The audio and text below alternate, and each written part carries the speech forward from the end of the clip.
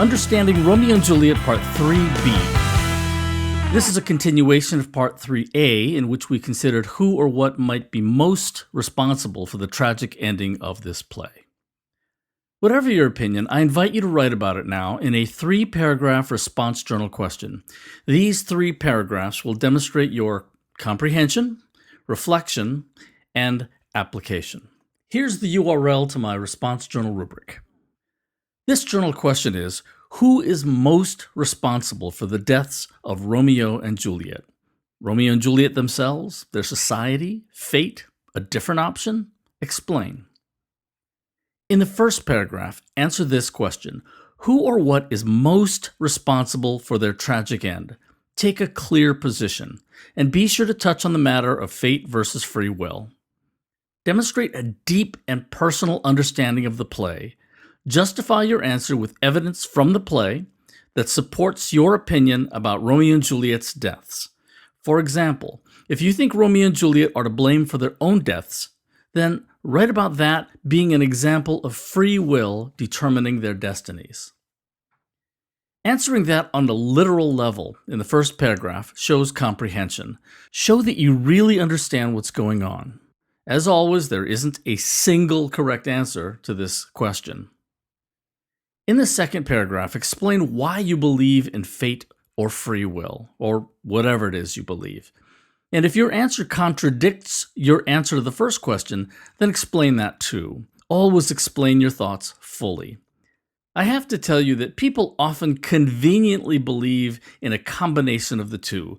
They believe whichever makes them feel good at the time. When something good happens, they say it was free will. I made that happen. When something bad happens, it was fate. It was meant to be. You know what? That's kind of a cop-out, and you should make an effort to avoid that kind of lazy, inconsistent thinking. Deeply examine this profound, eternal, and deeply human question. This is called reflection. In this paragraph, you'll get at the heart of the question, which is, who's in control of your life? Or as Romeo might say, who hath the steerage of your course? In the third paragraph, apply your ideas to your real life in the real world. Apply this situation to the world you live in right now. If you believe in fate or some form of predetermination, how should you live your life? What should you do in school? How should you interact with your family? What do you do about a career? Will you live passively, surrendering yourself to a higher power?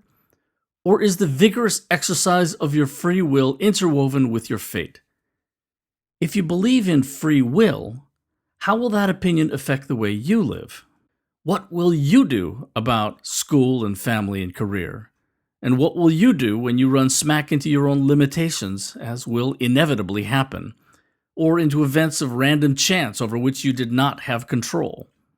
That's application. This is where you use the values and wisdom you're creating in your own mind right now to make good choices about your life. And here are 10 words from Acts 4 and 5 that are still being used in contemporary English. The page numbers come from my Folger paperback edition. You can take a screenshot. Romeo and Juliet is a really fun play, but it's also a deeply meaningful exploration of our place in the universe. It doesn't get much bigger than that. I hope you enjoyed it. It's a play you can read over and over again as you get older and you gain new insights and new life experiences. Okay, take care.